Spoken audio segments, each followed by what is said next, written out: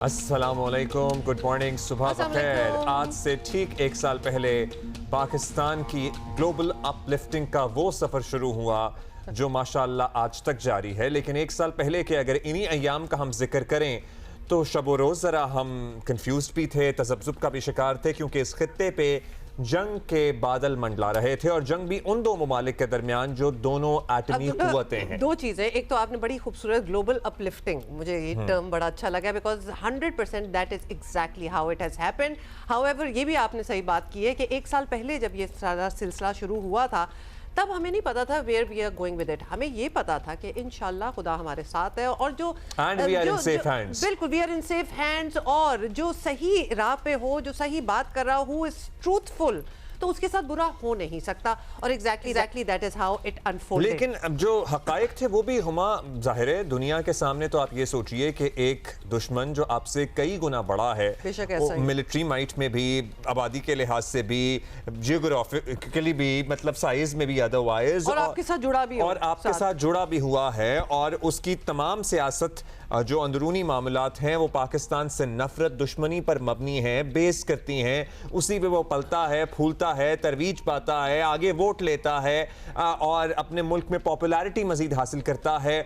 उस दुश्मन को आपने जिस महारत, अल्लाह ताला की नुसरत तो साथ थी ही, जिस बहादुरी के साथ धूल चटाई है, वो सुनहरी बाप दुनिया ने तस्लीम किया। उसमें दुनिया ने तस्लीम किया और दुनिया ने फिर तस्लीम भी, दुनिया ने एक केस स्टडी बना लिया भाई इस चीज को। इस चीज पे मतलब के आर्टिकल्स लिखे गए, रिसर्चेस हुई कि ये किस तरह हुआ है। मार्का हक का एक साल मुकम्मल होने पर पाक अफवाज, खुसूसन पाक फ़िज़ाइया को कौमी दिफा की कामयाबी पर खराज तहसीन किया जा रहा है। ISPR ने कहा है कि मार्का हक ने पाक फ़िज़ाइया की जदीद जंगी तैयारियों को दुनिया पर साबित किया है और पाक अफवाज खित्ते की बदलती जियो पोलिटिकल सूरत हाल से बाखबर है। पाक अफवाज दुश्मन की जारहाना अस्करी तैयारियों से बाखबर है।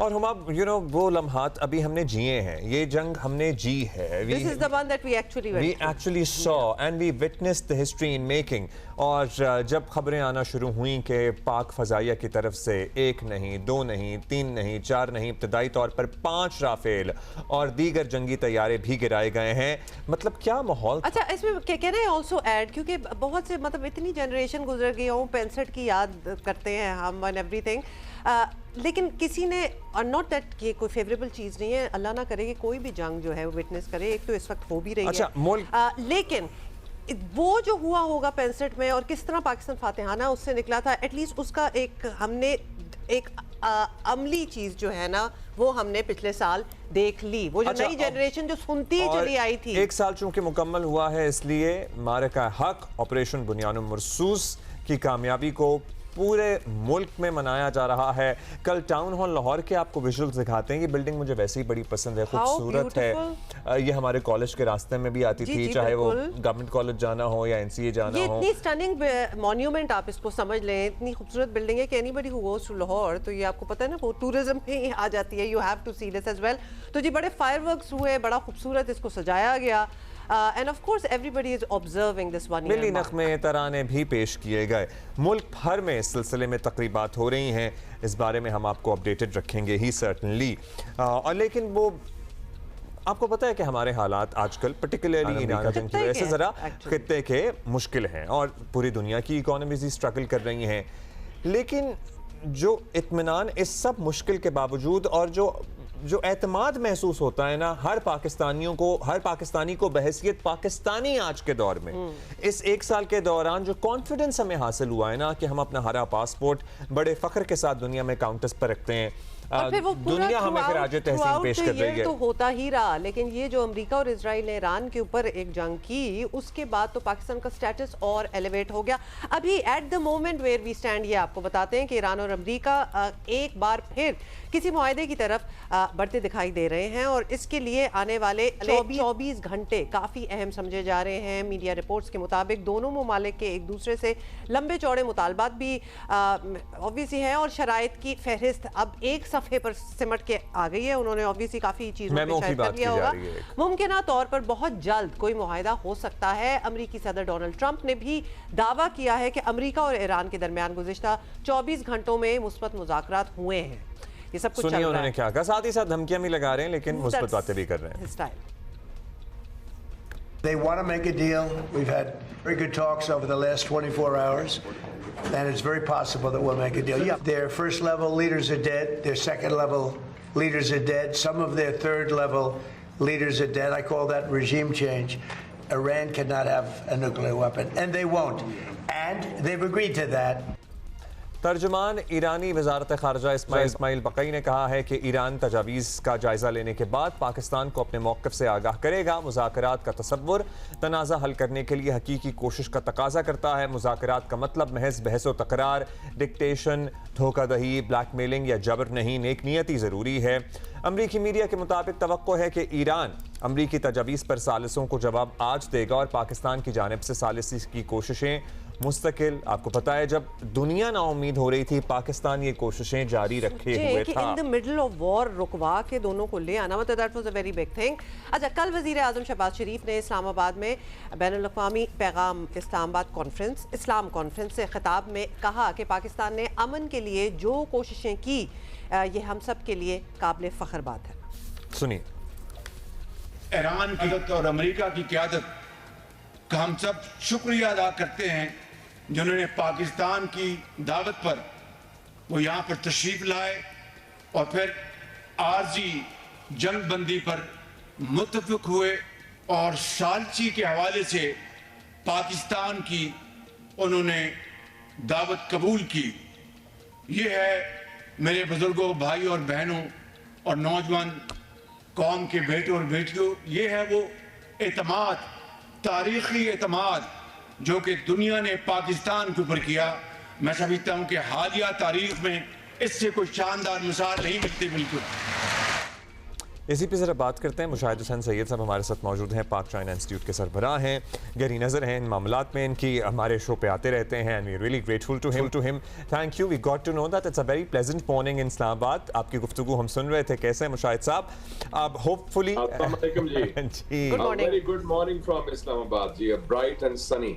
Wish and we could full say of the same because Karachi is hot in the real sense of the word. बहुत गर्मी In है any यहाँ पे। case, let's talk about the new developments. अब इसको मुशाहिद साहब आप new developments का आएंगे because statements तो बहुत आती रही हैं पिछले कुछ दिनों में भी, लेकिन अब भी लग रहा है कि कुछ सीरियस मामला हो गया है। जो ईरान और अमेरिका के बीच में जो नुकात थे उन पे कुछ ना कुछ काफ़ी चीज़ों पे समझौता लगता है होता चला जा रहा है। हेंस ये कहना अमेरिका की साइड से कि जी एपिक फ्यूरी वाला तो मामला खत्म हो गया है, वो तो फोल्ड हो गया, हमने अपने अहदाफ जो है वो पूरे कर लिए हैं। पहले खत्म कर दिया था, एपिक फ्यूरी भी खत्म होने का ऐलान के हवाले से भी कह दिया।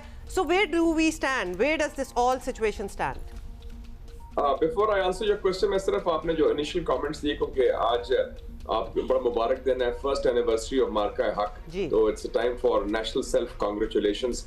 मैं अभी कल ही वापस आया हूँ एक टूर से। मैं तुर्की गया, मिडल ईस्ट, और नेपाल गया, साउथ एशिया, और दोनों खित्तों में पाकिस्तान का जो मुकाम है, पाकिस्तान की जो अहमियत है, पाकिस्तान की जो रिस्पेक्ट है, वो it's at all time high and I think we should be very proud of that fact. और सब ने कहा कि एक तो जंग के हवाले से जो पिछले साल हुई थी वो हम जीते हैं, और दूसरा जो हमारा अभी रोल है जो पुल का किरदार अदा कर रहे हैं। So coming to the current situation, आपके पहले प्रोग्राम में भी याद है हमने डिस्कशन ये की थी, मैंने कहा था कि ये both sides would be keen to have some sort of a deal because war is no longer an option. Trump wants an off ramp, वो तंग आ गया, he has no appetite for a war. और Iran का भी काफी destruction हुई है, और पहले राउंड में इस्लामाबाद में 21 घंटों में काफी चीजें तय पा गई थी। तो ये अल्लाह ताला का फजल और शुक्र है कि हमारी बात सालसी मानी भी गई, हमारा मशवरा भी माना जा रहा है दोनों तरफ से, और दोनों तरफ रजामंद लगते हैं कि we are inching towards what I call the mother of all deals इंशाल्लाह। और काफी गैप भी नैरो हो गया है, और अब तो उन्होंने फॉर्मली ऐलान कर दिया है अमेरिकन ने कि ऑपरेशन जैसे आपने फरमाया एपिक फ्यूरी इज ओवर, और ईरान ने भी ये फ्लेक्सिबिलिटी शो की है। इसमें एक चीज वाज़ेह कर दूं कि लोग कहते थे ब्रेक डाउन है, मैंने उसको भी कहा था कि channel of communication is open thanks to Pakistan. Pakistan को पैगाम भी मिल रहे थे अमेरिका से जो हम ईरान को पहुंचा रहे थे, ईरान के पैगाम भी आ रहे थे जो हम अमेरिका को पहुंचा रहे थे, और उसके साथ साथ हमारा जो दोस्ताना बरादराना मशवरा भी शामिल था। हमारे कहने पर आपको याद होगा कि उन्होंने वो स्ट्रेट ऑफ हॉर्मस खोल दिया था जब फील्ड मार्शल आसिम मुनीर गए थे ईरान, पिछले महीने, और अभी भी हमने प्रेसिडेंट ट्रंप को मशवरा दिया कि जनाब ये जो राउंड है थोड़ा सा पोस्टपोन कर दें, ऑपरेशन फ्रीडम जो शुरू किया था तो इट वाज कॉल्ड ऑफ। तो ये अच्छी बात है कि बात हमारी सुनी जा रही है और उसमें इत्तेफाक भी कर रहे हैं। सो अच्छा मुशाहिद साहब, हम बहुत ज़्यादा ऑप्टिमिस्टिक पहले भी हुए थे और कई दफ़ा हुए हैं और इस दफ़ा भी चलिए होना चाहिए, लेकिन कॉशियसली होना चाहिए। ऑपरेशन एपिक फ्यूरी का इख्तिताम का ऐलान हो गया, ऑपरेशन फ्रीडम जिसके बारे में पेंटागन में ये ज़रा बता रहे हैं कि बातचीत चल रही थी और इसकी अफादियत पर डिस्कशन हो रही थी और मीडिया से भी रिपोर्ट करते हुए बता रहे थे, लेकिन अचानक से फिर सदर ट्रंप चंद घंटों बाद ही उसके खात्मे का ऐलान भी कर देते हैं। तो वहाँ ऐसा लग रहा है कि सदर Trump still calls the shot, लेकिन जाहिर है स्पॉयलर्स वहाँ भी मौजूद हैं। एक तो इजराइल स्पॉयलर है और उनकी अपनी एडमिनिस्ट्रेशन में भी कुछ लोग ऐसे होंगे जो जंग के हामी होंगे। यहाँ पर किसी भी मुआहदे तक पहुँचना कितना मुश्किल है, या दोनों साइडों को अगर कंपेयर कर लें तो यहाँ पे किसी मुआहदे पर दरामद कराना मुश्किल है या अमेरिका में किसी कंसेंसस पे पहुँचना ज़्यादा मुश्किल है? क्योंकि ईरान में सुप्रीम लीडर की शहादत के बाद एक तासुर तो ये मिला है ना कि देयर इज़ अ डिवीजन, चाहे वो IRGC के मामलात को देख लें, उनकी अपनी इस्टेब्लिशमेंट देख लें, उनकी पॉलिटिकल फिगर्स देख लें, और फिर मुश्तबा खामनाई साहब के बारे में भी कुछ ज़्यादा मालूमात ना होना और ये भी खबरें होना कि उनकी सेहत भी ठीक नहीं है। ज़्यादा मुश्किल क्या होगा दुनिया के लिए, किस तरह आगे बढ़ना? ईरान को किसी एक सफ़े पे लाना या फिर अमेरिका को?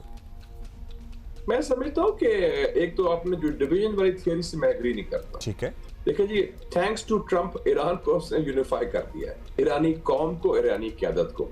बल्कि जो ये शहादत हुई उनके वालिद की, मुश्तबा साहब के वालिद साहब की, तो उसकी जो ट्रांजिशन थी बड़ी आसान होगी उनके लिए। उन्होंने फौरन उनके बेटे को तैयार कर लिया, उसमें उनके रेवोल्यूशनरी गार्ड्स भी शामिल थे और एक स्मूथ ट्रांजिशन हुई। तो मैं ईरान को देख रहा हूँ, they have become more confident and there is also clarity, और साथ उनकी फ्लेक्सिबिलिटी भी है। ये लोग कहते हैं ना जी वो बड़े रिजिड है, I don't agree with that. अंग्रेजी का टर्म है action speak louder than words. वो क्या देखे ना, आप रेटरिक की बात ना करें कि जो बढ़ के मारते हैं वो ट्रंप साहब भी करते हैं, वो ईरानी भी करते हैं, उसको छोड़ें, they are playing to the gallery. But in concrete terms communication भी जारी है, बात भी सुनी जा रही है, स्ट्रेट ऑफ हॉर्मुज़ खोलने की बात भी हो रही है। और जो ईरान ने फॉर्मूला दिया था कि पहले जो इश्यूज हैं स्ट्रेट ऑफ हॉर्मुज़ वाले और दूसरे इश्यूज को शुरू कर दें और ये बाकी बाद में ले जाएं। जो आपका सवाल है, I think it's more difficult for Trump. Trump के लिए इसलिए कि because of Netanyahu the spoiler, Israeli lobby, और प्लस ट्रंप ने जो इतना हाइप क्रिएट किया था विक्ट्री का, उसको सेल करना बड़ा जरूरी है क्योंकि he has to face an election. Iran में वो कंपल्शन नहीं है जो ट्रंप के पास कंपल्शन है पब्लिक ओपिनियन की और इजरायली। अच्छा मुशाहिद साहब ये भी बताइएगा, but Trump has no appetite for a war, ये भी वेरी क्लियर। ट्रंप को ये समझ आ रही है ये जंग जीतने वाली नहीं है, इससे जान छुड़ाई जाए, the earlier the better।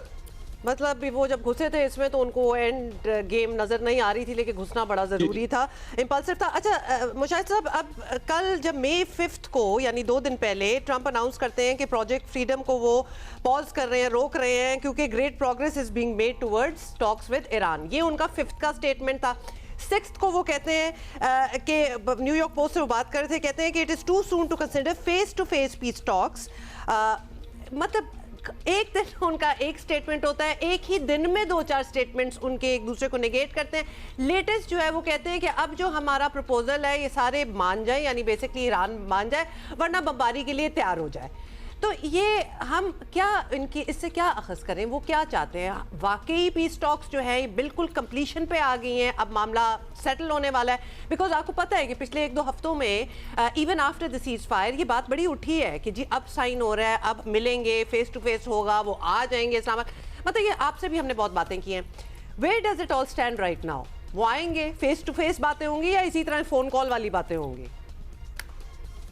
देखिए जी, be very clear, let's not take these statements of mister Trump seriously. ये ट्रंप वो रोज पैंतरे बदलते हैं, लेकिन जो कोर इशू है, एक्शंस क्या कह रहे हैं? एक्शंस कह रहे हैं उन्होंने ईरानी जहाज छोड़ा, उसका क्रू पाकिस्तान को हैंड ओवर किया। उन्होंने हमारे कहने पर ये जो ऑपरेशन फ्रीडम था जिसको वो कहते हैं, वो उन्होंने किया। जब हमने बॉर्डर्स खोले ईरान के लिए, लैंड कॉरिडोर, उसका अमेरिका ने इतराज नहीं किया। So all signs are pointing towards CBMs, confidence building measures. Iran की तरफ से भी जो अमेरिका ने कम्युनिकेशन भेजी, ईरान ने कोई उसको रद्द नहीं किया, उसका जवाब दिया। So they are communicating through Pakistan. और ईरान क्यों गया है उनके फॉरेन मिनिस्टर कल अब्बास अरगची बीजिंग में, मैं समझता हूं कि वो चाहते हैं कि इसकी कोई गारंटर भी हो through UN security council resolutions, और वो चाइना को कायल कर रहे हैं। और चाइना ने वही बात की जो हम भी कह रहे हैं कि जी स्ट्रेट ऑफ हॉर्मस भी खोलना पड़ेगा और ब्लॉकेड भी खत्म होने पड़ेगा। So all signs are positive. तो स्टेटमेंट्स को मेरे ख्याल में, जैसे मैं कहता हूं ना, अंग्रेजी में कहते हैं पॉस्चरिंग होती है, you play to the gallery, हाँ ये कर देंगे, तिया पांचा कर देंगे। आपको याद नहीं कि सीज फायर से एक दिन पहले क्या कहा था ट्रंप ने, we'll wipe out Iran from the map of the world, ठीक है ना, उसका सफा हस्ती से मिटा देंगे। और 12 घंटे के बाद सीज फायर हो गया पाकिस्तान के कहने पर 7 अप्रैल को। तो सो स्टेटमेंट्स हार्श होती हैं, रेट्रिक होता है, वो it's for public consumption. I don't take Mushahid sahab, जाहिर है सदर ट्रंप बहुत दिनों से ये चाह रहे हैं कि ऑफ रैंप उन्हें मिल जाए, ये जंग खत्म हो ताकि वो आगे बढ़ें। ईरान की स्ट्रैटेजी हमें यही समझ में आई थी कि वो यकदम किसी मुआहदे तक नहीं पहुंचना चाहते, वो स्टेप बाय स्टेप मामलात को आगे लेकर चलना चाहते हैं। लेकिन अब उसको भी काफ़ी दिन हो गए हैं, क्योंकि अब इस्लामाबाद में आपको पता है स्टेज तैयार था दूसरे राउंड के लिए भी, उसके बाद वो मामला नहीं आगे बढ़ सका। अभी क्या हम एक्सपेक्ट करें? क्या अब इतना टाइम गुजर गया है कि अब ईरान भी because of the naval blockade, जो उनका जंग में नुकसान हुआ वो तो हुआ, लेकिन अभी जिस माशी प्रेशर में वो हैं मुब्तला, और जाहिर है लोग उसका असर ले रहे हैं, अब उनको भी जल्द किसी हल की तरफ बढ़ना है, वो भी चाहते हैं कि अब मजीद इससे ज्यादा वक्त ना लगे। मेरे ख्याल में ईरान का जो व्यू स्ट्रेटेजी कामयाब रही है, उनको पता था कि they have the more time and they can wait out Trump, और ट्रंप विल ब्लिंक, और वही हुआ। अब वो देख रहे हैं, देखें जी, उन्होंने कोऑर्डिनेट बड़ा अच्छा किया है, they are coordinating with Pakistan, तो है ही है, हमारे पर पूरा एतमाद भी है। और दूसरा है कि वो चाइना के साथ कोऑर्डिनेट करें।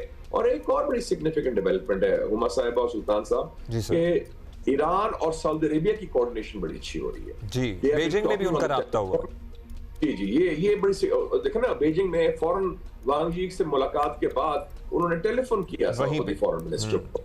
तो ये आप देख लें कि दिस इज वेरी सिग्निफिकेंट। और ट्रंप को जो प्रेशर डाला है ऑपरेशन फ्रीडम कॉल करने का, मैं बता दूं आपको, एक पाकिस्तान था, एक सऊदी अरेबिया भी था जी जी, ये बड़ी मुस्बत बात है कि ये कोऑर्डिनेशन मुसलमान ममालिक में भी है और इलाकाई ममालिक में भी है। तो इस वक्त जो स्ट्रेटजी है, मेमोरेंडम की जो बात करते हैं, ईरान को ये डिसअपॉइंटमेंट थी कि पाकिस्तान के कहने पर जब field marshal Asim Munir Tehran गए थे, उन्होंने लिफ्ट कर दिया था ब्लॉकेड स्ट्रेट ऑफ हॉर्मस का, लेकिन उसका जवाब नहीं दिया ट्रंप ने। Trump should have lifted the blockade right there and then, वो एक अपॉर्चुनिटी। और दूसरा था कि अब 21 घंटे जो इस्लामाबाद में टॉक्स थे, तो एक खाका तो तैयार हो रहा था, डॉक्यूमेंट जो अभी फिर तैयार हो रहा है, तो वो एकदम suddenly Mister Vance was pulled out, तो वो उनको डिसअपॉइंटमेंट थी। तो लेकिन अब वो ईरानी अब मेंटली भी तैयार है और वो कॉन्फिडेंट भी हैं कि हमने अपना लोया मनवा लिया, सिक्का जमा लिया है, तो we are ready for it now. Both the parties seem to be, both sides are feeling very satisfied with their stance. बहुत शुक्रिया आपका मुशाहिद साहब, thank you for your time sir, thank you, have a good day sir. अच्छा जी, let's get the perspective from US as well. आपको पता है कि हम हमेशा चाहते हैं कि वहाँ का भी एक पर्सपेक्टिव हो, क्योंकि वहाँ बड़ा मैटर करता है कि प्रेसिडेंट ट्रंप की पॉपुलैरिटी जो है, इस वॉर को लोग फेवर कर रहे हैं कि नहीं कर रहे, उनकी पॉपुलैरिटी पे डेंट पड़ रहा है नहीं पड़ रहा, एलिवेट हो रही है, मतलब ये सारी चीज़ें बड़ी मैटर करती हैं उधर। And with the mid term elections coming up, ये पैरामाउंट इंपॉर्टेंस भी होगी है। और ये बहुत बार कहा गया है कि सदर ट्रंप का जो चाइना का विजिट है, जो कि मिडल ऑफ दिस मंथ, अब तो शायद उसको 10 दिन ही शायद रह गए हो, उससे पहले ये मामला जो है ईरान वाले ये निपटने होंगे। ये हम अपने बहुत एक्सपर्ट से जो बात की है, क्योंकि वो उसे अपनी जिंदगी और अपने पॉलिटिकल करियर की उस दौरे को एक हाईलाइट बनाना चाहते हैं, और वो दौरा तभी चाइना का इनका सदशी से मुलाकात और उसमें मामला तय पाना हाईलाइट बन सकता है जब ईरान वाला मामला सॉर्ट आउट हो गया। प्रोफेसर नईम जफर साहब हमारे साथ मौजूद हैं, अमेरिका से हमें ज्वाइन कर रहे हैं, कैलिफोर्निया यूनिवर्सिटी बर्कले से इनका ताल्लुक। बहुत शुक्रिया प्रोफेसर साहब। प्रोफेसर साहब, हम गुज़श्ता कुछ हफ्तों में काफ़ी दफ़ा पुरुम्मीद भी हुए हैं, फिर हमारी उम्मीदें टूटी भी हैं। हम तो यहाँ पाकिस्तान में बैठे हैं, तो इस्लामाबाद में तो हम सड़कें बंद करके अपनी मेहमान नवाजी के लिए तैयार रहते हैं लेकिन फिर कुछ मामलात बिगड़ से जाते हैं। अब इस मरतबा जो उम्मीद पैदा हुई है, आपको लगता है ये किसी मंतकी अंजाम तक पहुँचेगी? प्रॉब्लम प्रोसेस की नहीं है, प्रॉब्लम हमारी एक्सपेक्टेशंस की है। तो देखें, समझते हैं कि यार बात होगी, फटाफट वो हाथ मिला लेंगे, कुछ साइन हो जाएगा। Diplomacy is complicated. जो लास्ट डील ईरान से जो साइन की गई थी उसमें 20 महीने लगे थे। तो यहाँ मैं काफ़ी पुरुम्मीद हूँ कि अगले 4 हफ्ते के अंदर अंदर कुछ एग्रीमेंट ऐलान हो जाएगा। उसकी 2 वजह हैं, क्योंकि ईरान के पास जो खार्ग आइलैंड में जो इस तरह पंप कर रहे थे, उनकी स्टोरेज कैपेसिटी थी 40 मिलियन बैरल्स। वो तकरीबन पूरी हो गई है जी। तो अब करेंगे तो जाएगा कहाँ, जाने की जगह नहीं रही। एक दफ़ा आप उसमें उनको शट डाउन कर दो अपने ऑयल वेल्स को, कई महीने लगते हैं उनको दोबारा रीस्टार्ट करने में, और 100% रीस्टार्ट नहीं होते। अमेरिका की भी चक्कर है, क्योंकि डोनाल्ड ट्रंप को सपोर्ट ना मिली है, इंटरनेशनल मिली है, और इंटरनल प्रेशर भी हुआ है, महंगाई भी हो गई है, और रिपब्लिकन भी इसके कुछ खिलाफ होना शुरू हो गए हैं। तो वो कह रहा है यार अब इसको मुकाम काम ख़त्म काफ़ी हो गया। तो दोनों तरह से मोटिवेशन है। आपने उसकी बात सुनी है आज, काफ़ी पॉजिटिव उसकी लैंग्वेज थी ट्रंप साहब की। आप तो पाकिस्तान बिहाइंड द सीन बहुत काम कर रहा है, और इसकी इंच बाय इंच फॉरवर्ड हो रही है। दे डाउन टू 1 पेजर, कह रहे कि एक 1 पेजर हमारा हो गया। तो पहले इतनी लंबी लिस्ट होती है, अब 1 पेजर पे आ गए हैं। तो आप देखें अगले कुछ 2-3 मैक्सिमम 4 हफ्ते में डोनाल्ड ट्रंप साहब ऐलान करेंगे कि हमारी जंग जीत गए, उनके पास न्यूक्लियर वेपन्स नहीं होंगे, हम उनको अपनी फॉर नॉन मिलिट्री पर्पस के लिए बनाने देंगे ताकि उनकी एनर्जी ख़राब ना हो, और हम सैंक्शन उठा देंगे। इस तरह की कोई डिस्कशन आप ऐलान सुनेंगे, तो इट्स प्रीटी पॉजिटिव न्यूज़। अच्छा प्रोफेसर साहब एक बात बताएं, मतलब हम ये एक सेंस जो है वो जानना चाहते हैं। जब हमारे खित्ते में कोई जंग हो रही हो ना, जैसे कि ऑब्वियसली 10 साल तो अमेरिका अफगानिस्तान के भी रहा है, और फिर 10 साल बाद वो निकले हैं। अब ईरान वाली सिचुएशन है, पिछले साल पाकिस्तान इंडिया की जो वॉर थी जो हम जीते थे, तो हमें बड़ी फील होती है जी, ये सब कुछ हो रहा होता है। आवाम जो होती है बड़ी इन्वेस्टेड होती है इन जंगों में, क्योंकि ये बड़ा टाइटली निट एक खित्ता है हमारा, जो अगर आप देख लें हम सारे बॉर्डर्स एक दूसरे से जुड़े हुए हैं। यूएस में, अमेरिका में आवाम जो है, डू दे इवन सेंस के एक्चुअली उन्होंने एक जंग की हुई है एक मुल्क पे? बेशक चलें ये तो कुछ हफ्ते ही चली है जंग, वो 10 सालों वाली जंग नहीं है, क्योंकि फिजिकली तो उनसे बहुत दूर है, क्योंकि इतनी दूर है। ऑफ कोर्स उनको gas prices and all that इस तरह इकोनॉमी के थ्रू तो पता चल ही जाता होगा, लेकिन एज सच खौफ तो नहीं होता होगा ना, अपनी जान के तो लाले नहीं पड़े होते होंगे उनको उस तरह। तो वो हम चाहते हैं आप हमें सेंस बताएं कि आम कॉमन अमेरिकी जो शहरी है उसे क्या फर्क पड़ रहा है? यस, आपकी बात बिल्कुल सही है। ये 2 समंदर इज अ शॉर्ट आंसर। 2 समंदर इनको इतना बचा के रखते हैं कि आइसोलेट हुए हैं, और ये कुछ पैनिक जब पाकिस्तान में हो जाते हैं कि यहाँ कुछ बम पड़ेगा, क्या होगा, हमारा क्या होगा, वो यहाँ सोचते भी नहीं ऐसी बातों में। तो एवरीथिंग इज सो आइसोलेटेड। देखिए ना, अमेरिका का what maked America a great country is its geography. इसकी geography is very fertile farm land, 40 million acres. Then उसकी 2 समंदर हैं, उसके ऊपर कोई अटैक भी नहीं कर सकता। उसका वाटरवे सिस्टम इतना ज़्यादा है कि 17,000 मील का वाटरवे सिस्टम है throughout America to transport. एक चीज़ कहीं भी दूसरे का ट्रांसपोर्ट कर सकते हैं, और किसी मुल्क के पास ऐसी चीज़ नहीं है। तो इस तरह की इस ब्लेसिंग है इसके लिए। तो आपकी बात बिल्कुल सही है। अमेरिकन अवाम महसूस नहीं करती है तो प्रेशर और डर, जैसे पाकिस्तान में होता है और कि भी मिडिल ईस्ट में किसी कंट्री को भी होता है। तो उससे बड़ा इसकी साइकी का बड़ा फर्क पड़ता है। इनकी साइकी बहुत यानी कि केयर फ्री है। बिल्कुल, बहुत शुक्रिया आपका प्रोफेसर साहब, सही कह रहे हैं। Thank you so much for your perspective on that as well. देखिए हमें हमेशा डर होता है ना कि हम खिंच ना पड़े जंग में, हम जंग की लपेट में ना आ जाएं, because we are so interconnected all of us. America को उस तरह, अमेरिका के शहरियों को मतलब उनको इकोनॉमिकली वो सारी फिजिकली तो जाहिर है उनसे, लेकिन वो इतने दूर हैं, कोसों दूर है ना, मीलों दूर है ना। क्या फर्क पड़ना है किसी चीज से? सो जो बम गिर रहे हैं वो तो हमारे हमसाये में गिर रहे हैं ना, because we share the border and everything.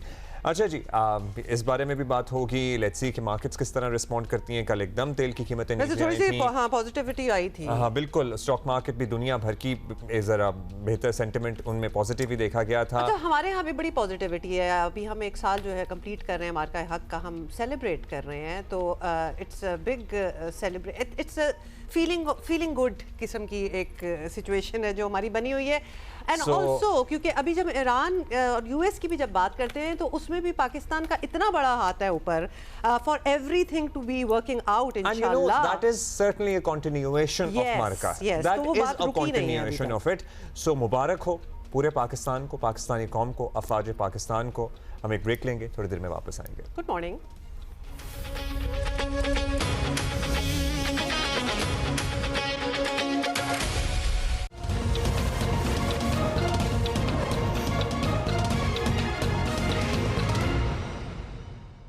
मौसम बात जी, हमारे इर्द गिर्द भी माहौल तब्दील हुआ हुआ है, आपको पता है। We are loving आज तो it. हमने कपड़े भी वैसे by the way this was not army green planned. अच्छा, पहने हम तो हुए हैं। इतने इंट्यून्ड हो गए, हमें इंट्यूशन हो जाती है कि आज कुछ होने वाली है, बैकग्राउंड हमारी भी बदलने वाली है।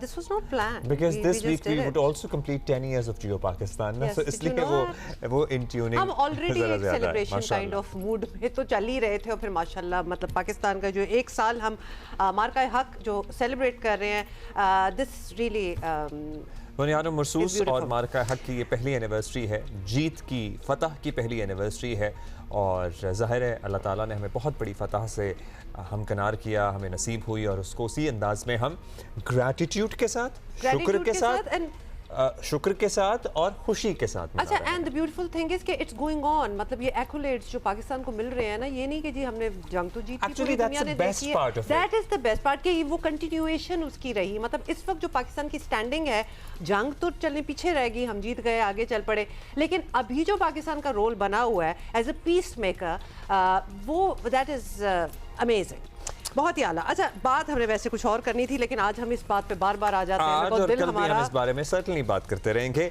लेकिन अभी हमने कुछ और खबरें भी आपको देनी है। दुनिया के सबसे मारूफ समझे जाने वाले इम्तिहानी निज़ाम कैम्ब्रिज इंटरनेशनल के पर्चे लीक हो रहे हैं। आपने जी, सही सोचिए सुना ज़रा। है। ये बात समझ से बालातर है कि इंतहाई शफाफ और महफूज समझे जाने वाले इम्तिहानी निज़ाम की सिक्योरिटी कैसे कॉम्प्रोमाइज़ हुई। कैम्ब्रिज इंटरनेशनल एजुकेशन के तहत ए और ओ लेवल के इम्तहानात जारी हैं, और मंगल के रोज़ बिजनेस स्टडीज़ और ए लेवल्स ऐसे लेवल का पर्चा एक रोज़ पहले से लीक हुआ था।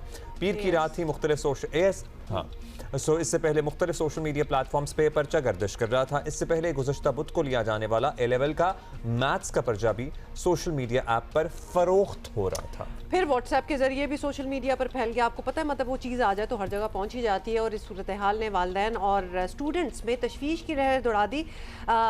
ईमानदार और मेहनती स्टूडेंट्स जो है ना, इस बात पर बहुत ही परेशान हुए कि क्या हो रहा है, पेपर आउट होना, और ख़ास तौर पे मतलब कैम्ब्रिज के लेवल पे ना, आप एक्सपेक्टेशन आपकी बिल्कुल इस किस्म की नहीं होती है। And to be very honest, this is also the first time we are hearing कि इस लेवल पे कुछ ऐसा हुआ है। कैम्ब्रिज की जानिब से इस मुआहदे पर अब तक कोई बाज़ाब्ता मौक़िफ़ सामने नहीं आया।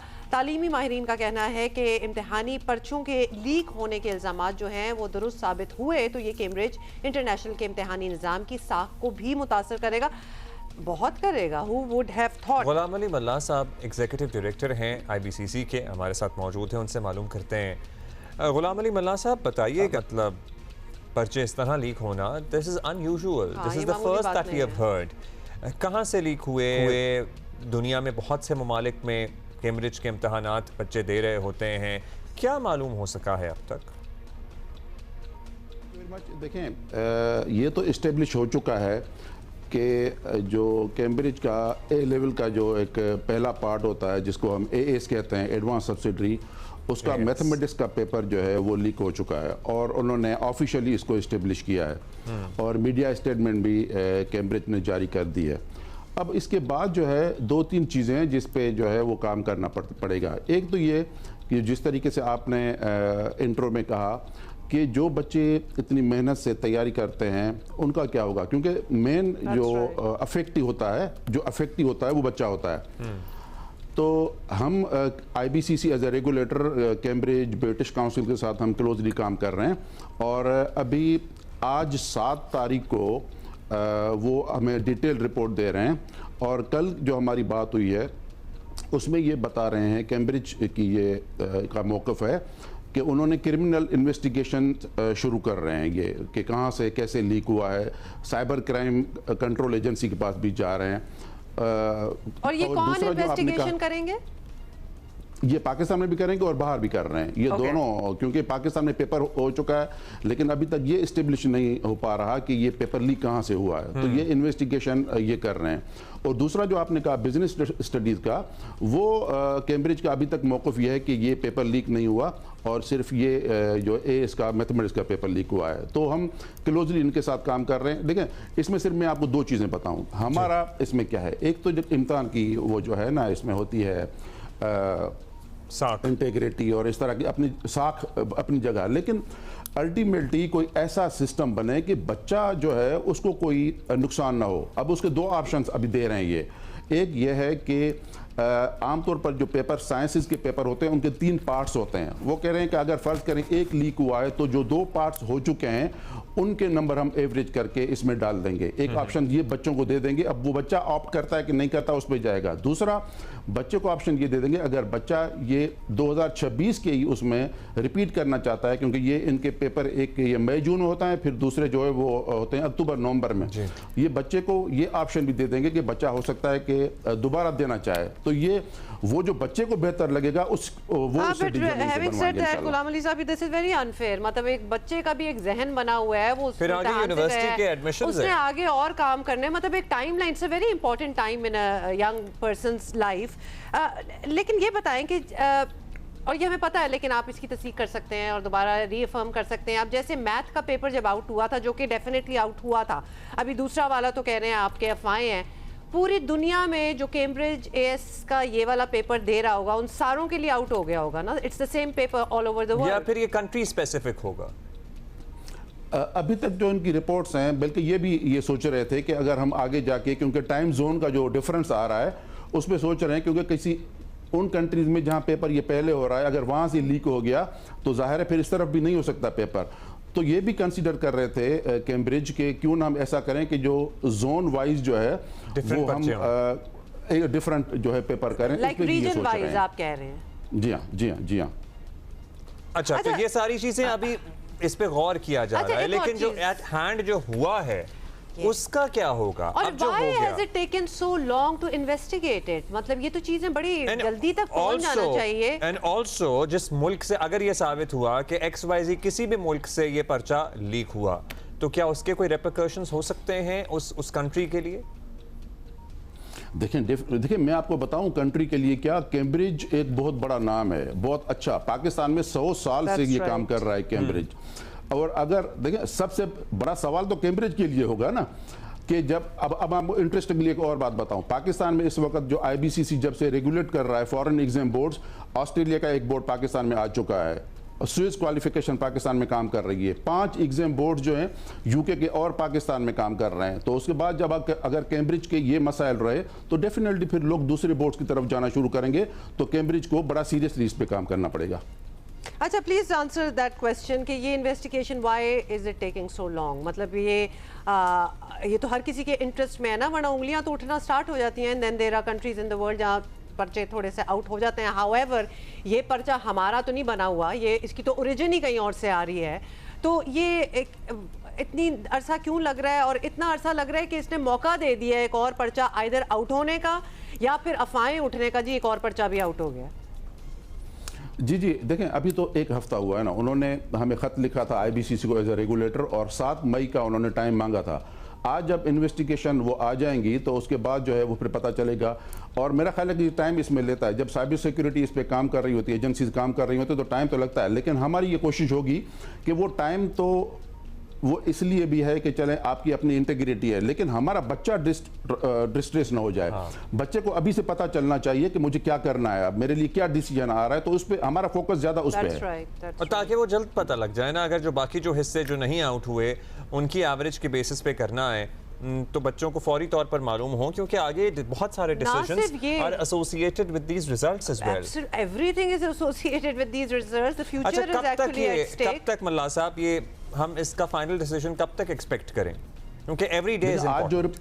जी मैं आपको बता रहा हूँ कि 7 मई का आज वो डिटेल सुबह भी मेरी बात हुई है, यहाँ आने से पहले सुबह भी मेरी बात हुई कि रिपोर्ट आज आपने जमा करवानी, वो आज रिपोर्ट आएगी इंशाल्लाह, मीडिया को हम बता देंगे और अपनी वेबसाइट पे भी रख देंगे, बच्चों को बता देंगे कि बच्चे के लिए उन्होंने क्या सोल्यूशन निकाला है। आज बता देंगे आप लोग टुडे? जी इंशाल्लाह। चलिए got it, thank you so much, बहुत शुक्रिया गुलाम अली मल्ला साहब, executive director IBCC।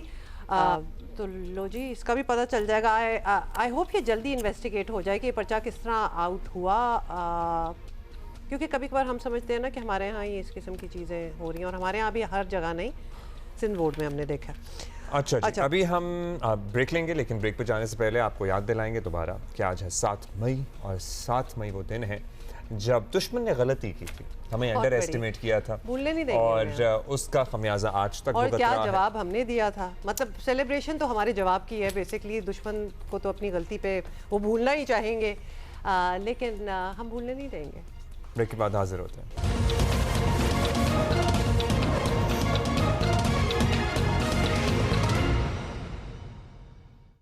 Welcome back. Good morning once again. We are celebrating Marka-e-Haq. We are also celebrating another thing I'm going to tell you.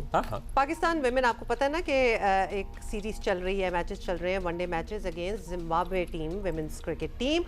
तो उनको दूसरे match में भी हमने हरा दिया। लो जी, 206 रन से वो भी। This is a little too much. This is great. So Pakistan women की ओपनर्स हैं गुल फिरोजा और सदफ शम्स। इन्होंने पहली विकेट पर 189 रन बनाए। गुल फिरोजा 100 रन बनाकर आउट हुई। सो सेंचुरी मुबारक हो गुल फिरोजा आपको। सदफ शम्स ने 101 रन बनाए, आपको भी मुबारक हो। और वो विमेन वनडे में मुसलसल 4 इनिंग में 50+ स्कोर करने वाली पहली पाकिस्तानी भी बन गई। अच्छा, सिद्रा अमीन 59 रन्स बनाकर नॉट आउट रही। 343 रन्स के जवाब में जिम्बाब्वे की टीम 137 रन्स बनाकर आउट हो गई। उन्होंने कहा ओके हम जा रहे हैं, और ये रन्स के एतबार से पाकिस्तान वुमेन की सबसे बड़ी जीत है। और मैच जो है वो जियो सुपर से बराह रास्त नशर किए जा रहे हैं। These are matches that you should, the girls should actually watch it. बड़ा कॉन्फिडेंस आप में, बड़ा इंस्पायर होता है। मुझे बड़ा मज़ा आता है कि हम किसी को इन्वाइट करें अपने घरों पर, हरा दें। उसको तो नहीं मजा आता होगा, उसको ना मजा है, तो सानू की, हमें तो मजा आ रहा है ना। अच्छा जी। सो मार्का ये भी मैंने कहा कि सेलिब्रेशन में डाल दें। बिल्कुल जी, डालनी चाहिए, ये है सेलिब्रेशन वाली बात। So congratulations to Pakistan women cricket team और कंग्रेचुलेशंस टू पाकिस्तान। किस बात के लिए? मार्का-ए-हक के लिए।